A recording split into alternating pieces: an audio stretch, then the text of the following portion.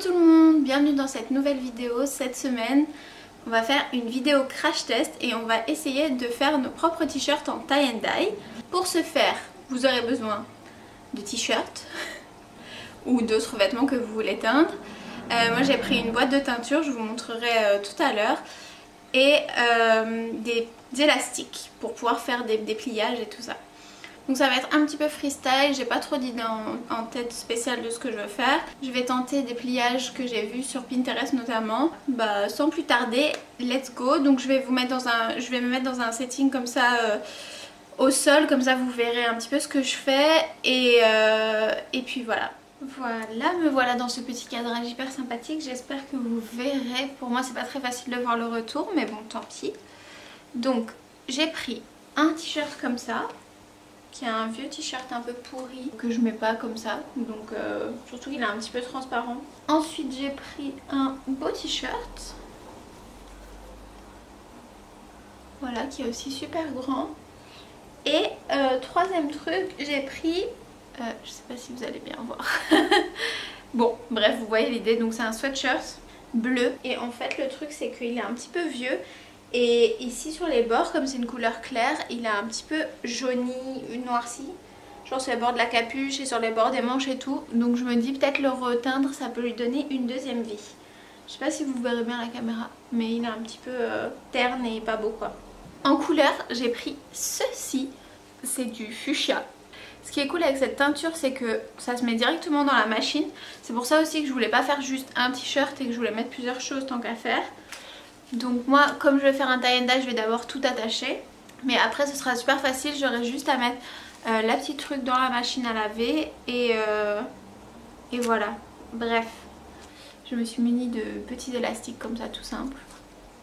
J'avais envie de le faire celui-ci en accordéon, mais vertical. Du coup, bon, les coutures sont vraiment pas droites, c'est pas un t-shirt de bonne qualité, raison de plus pour le teindre. Donc hop, donc c'est comme ça, comme ça, comme ça. Voilà, si j'ai bien compris, quand on fait le pliage en accordéon, il faut faire des allers-retours comme ça. Enfin comme un pliage en accordéon. Hop.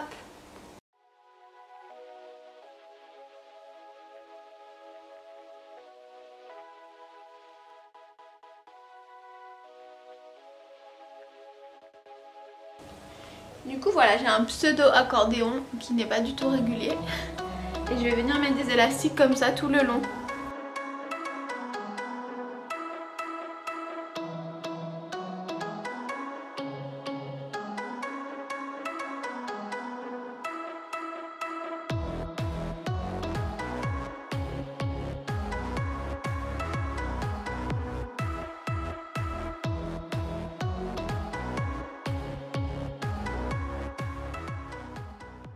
Voilà, ça donne ça. J'ai fait un petit peu à peu près régulier comme je vous disais. Donc là normalement du coup tout ce qui est très visible comme ça devrait être rose. Tout ce qui est sous les élastiques devrait rester un minimum blanc avec des plis et des irrégularités. On verra bien ce que ça donne. Donc, pour le deuxième t-shirt j'avais envie de faire des petites boules comme ça, genre des petits dots. Et du coup j'avais vu une technique où c'était comme ça. Voilà.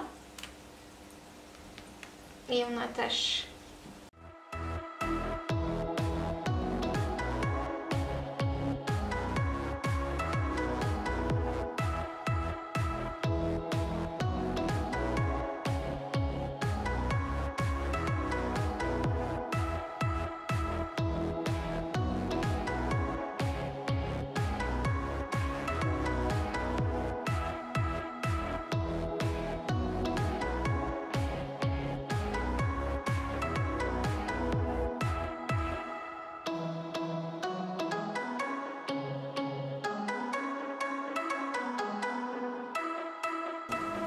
Voilà, je pense que ça suffit.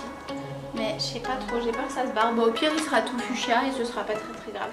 Ici, ce que j'avais envie de faire c'est une autre technique, un peu comme on a fait les petits dots, mais sur tout le truc en fait. Donc ici il faut le prendre du milieu et essayer d'imaginer comme ça, de le twister bien à plat le plus longtemps qu'on peut en fait, dans le même sens. en enroulant les manches, la capuche et tout. Voilà.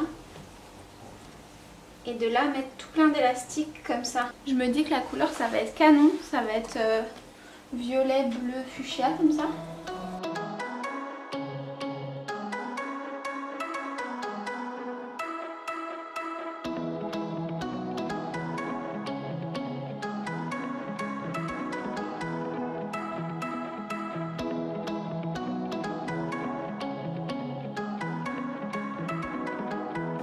Ça m'a donné ceci.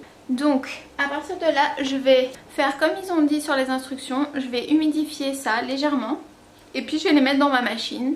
Je vais vous montrer tout ça. Voilà ma machine à laver. Donc vous pouvez voir que j'ai mis les deux t-shirts et le sweatshirt. J'ai retiré l'emballage, retiré l'opercule, tout simple. Donc vous voyez dedans ça se présente comme ça. C'est des petits pigments avec du sel, etc. Je vais le placer comme ça. Ils disent l'opercule vers le haut.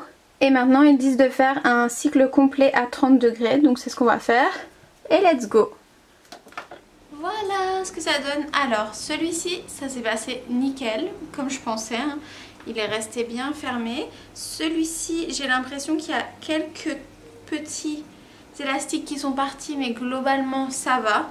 Et alors celui-ci, je sais pas ce qui s'est passé, mais voilà, ça ressemble, ça ressemble à ça. Donc il s'est cassé à plusieurs endroits. On va défaire, j'ai envie de commencer par le sweatshirt.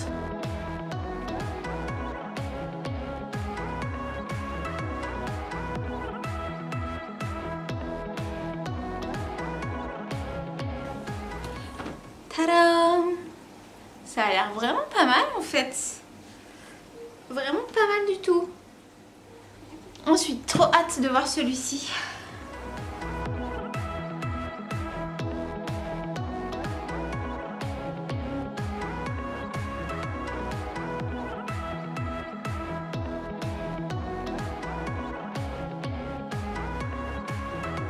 Voilà, celui-ci comme je pensais c'est assez timide au final, les trucs de blanc.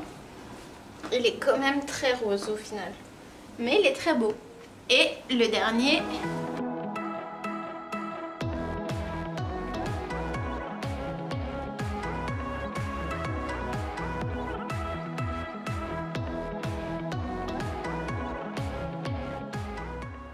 Ah bah, au final j'ai l'impression que d'avoir plié ça n'a absolument rien fait. Il n'y a aucune ligne verticalement, il y a juste les petites lignes sur lesquelles j'ai mis l'élastique. Je suis un peu déçue sur celui-là.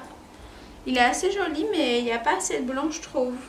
Je vais laisser sécher tout ça et je vous montrerai du coup demain en face cam ce que ça donne.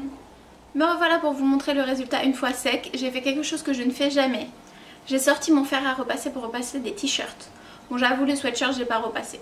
Donc je vais vous montrer ce que ça donne. Franchement je suis assez contente du résultat. Bah, comme je vous disais quand c'était en train de sécher, je trouve que celui-ci il est quand même très timide. Genre il est très rose.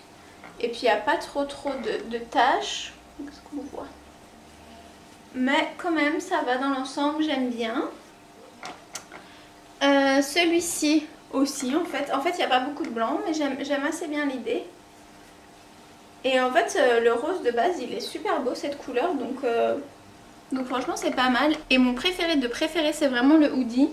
Je trouve que ça lui a vraiment redonné une seconde jeunesse comme on dit. Et là on voit vraiment hyper bien le petit twist que j'ai fait, enfin le pliage, malgré le fait que ça s'est défait.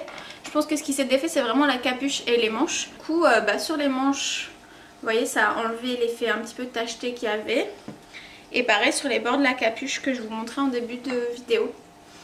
Et ça lui donne un petit côté mauve, tie and dye comme ça, super cool. Donc ça je suis assez contente. Et en fait c'est un petit peu le fin mot de ce crash test, c'est que je trouve que c'est une super bonne idée en fait pour un peu raviver des vêtements. Souvent sur les boîtes de teinture ils disent hein, mais pour raviver les couleurs, genre si vous avez un truc noir délavé vous pouvez refaire du noir par dessus. Mais en fait je trouve ça assez cool de faire une autre couleur et de redonner une seconde vie au vêtement. Soit parce que vous aimez plus la couleur ou soit parce que la couleur a terni ou délavé. J'espère que ça va vous inspirer pour vous aussi faire vos petites créations. N'hésitez pas à me dire ce que ça donne. Sinon pour le planning de mes vidéos, Comme vous savez, si vous me suivez, je suis en toute fin de grossesse, donc je sais pas si celle-ci est la dernière vidéo, mais en tout cas je devrais marquer une pause. Je pense que je vais faire une petite pause dans l'été, après si le cœur m'en dit je ferai des vidéos, mais voilà, ne vous étonnez pas si vous êtes sans vidéo pendant quelques semaines, c'est tout à fait normal, je vais voir comment je m'organise et tout ça après. Sur ce, prenez bien soin de vous et je sais pas si je vous dis à la semaine prochaine du coup, mais à bientôt, bye bye.